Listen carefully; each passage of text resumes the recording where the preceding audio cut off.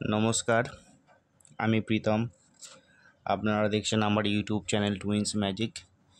আবার চলে এলাম আপনাদের কাছে আরেকটি অন্য ভিডিও নিয়ে। তো সামনেই 2026 আইপিএলের জন্য নিলাম অনুষ্ঠিত হবে। এটি কিন্তু এবছর ভারতেই অনুষ্ঠিত হবে। বাইরে যেরকম অন্যান্য বছর দুবাই বা লন্ডন এইসব জায়গা হয়ে থাকে, সেখানে হবে না। এবছর কিন্তু ভারতেই এই আইপিএল নিলাম অনুষ্ঠান অনুষ্ঠিত হবে। তো প্রত্যেকটা দলেরই স্ট্র্যাটেজি আছে, সেই অনুযায়ী প্রত্যেকটা দল কিছু কিছু খেলোয়াড়কে রিটেন করবে, কিছু কিছু খেলোয়াড়কে রিলিজ করবে। তো সেই দিক থেকে দেখতে গেলে আজকে আমরা আলোচনা করব গুজরাটের ব্যাপারে। গুজরাট কোন কোন খেলোয়াড়কে রিটেন করতে পারে, কোন কোন খেলোয়াড়কে রিলিজ করতে পারে। এরই মধ্যে বলে রাখি, অলরেডি আমার চ্যানেলে বেশ কিছু টিমের রিটেন এবং সম্ভাব্য রিলিজ লিস্ট যেটা হতে পারে তার উপর ভিডিও আপলোড করা আছে, আপনারা দেখে নিতে পারেন। তো আজকের ভিডিও গুজরাটকে নিয়ে, একটু আগেই বললাম।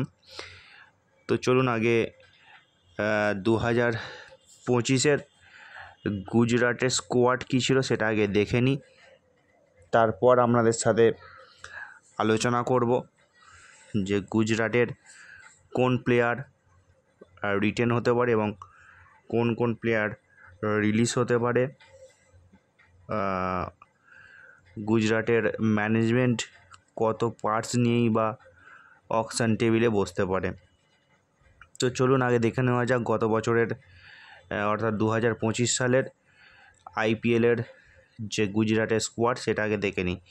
প্রথম হচ্ছে শুভমান গিল, সাই সুদর্শন, কুমার কুসাঙ্গা, জস বাটলার, রাশিদ খান, রাহুল তেওয়াটিয়া, শাহরুখ খান, নিশান্ত সিধু,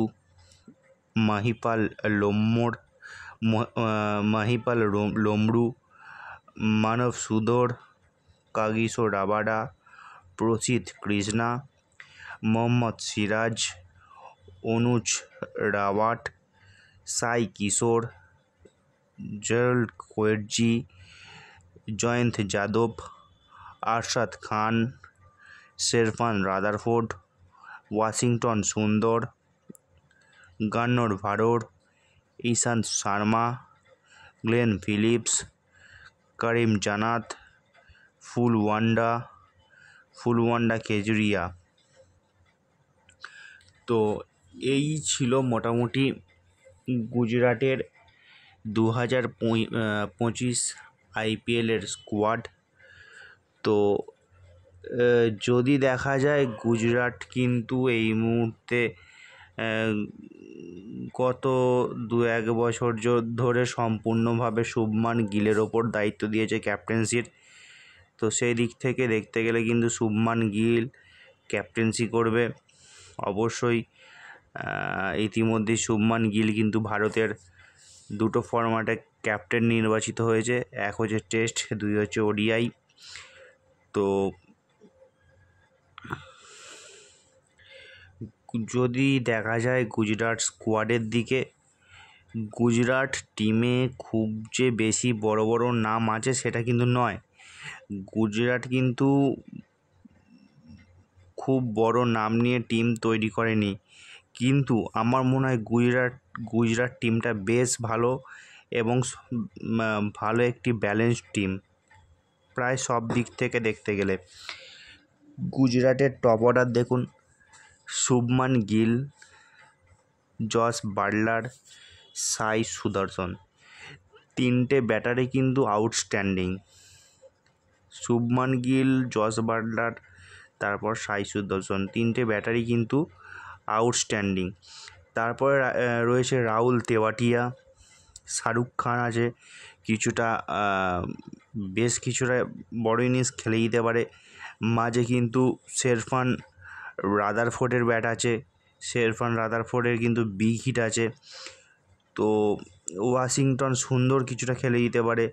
আবার যদি দেখা যায় ওইদিকে রাশিদ খানও কিন্তু কিছুটা খেলে দিতে পারে ব্যাটিংয়ের দিক থেকে। তো আমার মনে হয় ব্যাটিংয়ের দিকটা যদি গুজরাটের দেখা যায় তাহলে আমার মনে হয় একটা মিডিল অর্ডার ব্যাটার আমার মনে হয় দরকার আছে গুজরাটের জন্য। আর বোলিং লাইন আপে যদি দেখেন তাহলে আমার মনে হয় বোলিং লাইন আপে ভারতীয় যেসব বোলাররা রয়েছে গুজরাট স্কোয়াডে, আমার মনে হয় ভারতীয় বোলারদের একটু চেঞ্জেস আনা আমার মনে হয় প্রয়োজন। কারণ ঈশান্ত শর্মা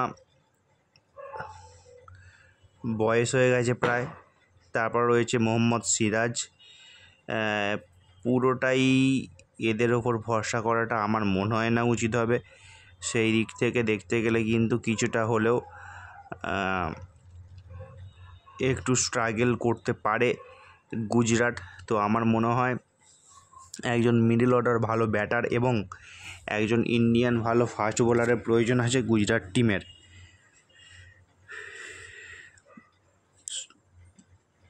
তো যদি দেখি গুজরাটের ফার্স্ট ইলেভেন কিন্তু বেশ তৈরি, যেখানে শুভমান গিল, জস বাটলার, সাই সুদর্শন, রাহুল তেওয়াটিয়া, শেরফান রাদারফোর্ড, সাই কিশোর, রাবাডা, রাশিদ খান, এরা কিন্তু ফার্স্ট ইলেভেনই প্লেয়ার। এরা সম্পূর্ণভাবে ফার্স্ট ইলেভেনের প্লেয়ার। তো আমার মনে হয় গুজরাট এদের কিন্তু এই সব খেলোয়াড়কে কিন্তু গুজরাট রিটেন করা খেলোয়াড়দের মধ্যে Shubman Gill, Sai Sudharsan, Jos Buttler, Rahul Tewatia, Sherfane Rutherford, Sai Kishore, কাবিসো Rabada, Rashid Khan, এরা কিন্তু দেখে নেবেন, এরা কিন্তু রিটেন হবে গুজরাট টিমে। তার মধ্যে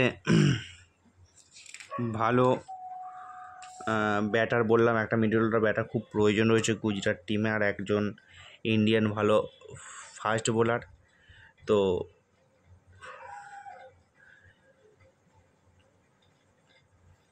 মোটামুটিভাবে গুজরাটের ব্যালেন্স টিম আমার মনে হচ্ছে। সেইভাবে গুজরাট খুব একটা টিমটা ভাঙার জন্য চেষ্টা করবে না। লাস্টের দিকে রাশিদ খান কিছুটা ব্যাটিং করে দিতে পারে, কাগিসো রাবাডা কিছুটা ব্যাটিং করে দিতে পারে, দুজনের বোলিং হাতও কিন্তু খুব ভালো। তবে আমার মনে হয় কিছুটা হলেও গুজরাট তৈরি দল, খুব বেশি কাটাছেঁড়ায় যাবে না গুজরাট ম্যানেজমেন্ট।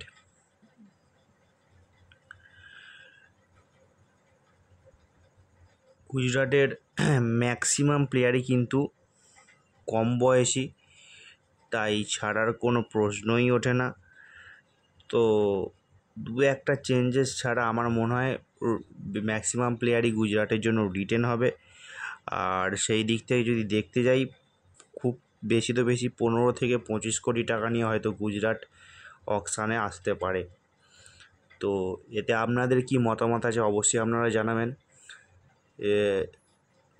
অবশ্যই জানাবেন টুইন্স ম্যাজিক ইউটিউব চ্যানেলে কমেন্ট বক্সে কমেন্ট করে। আবার আসি সিএসকের ভিডিও নিয়ে, তো দেখতে থাকুন টুইন্স ম্যাজিক ইউটিউব চ্যানেল।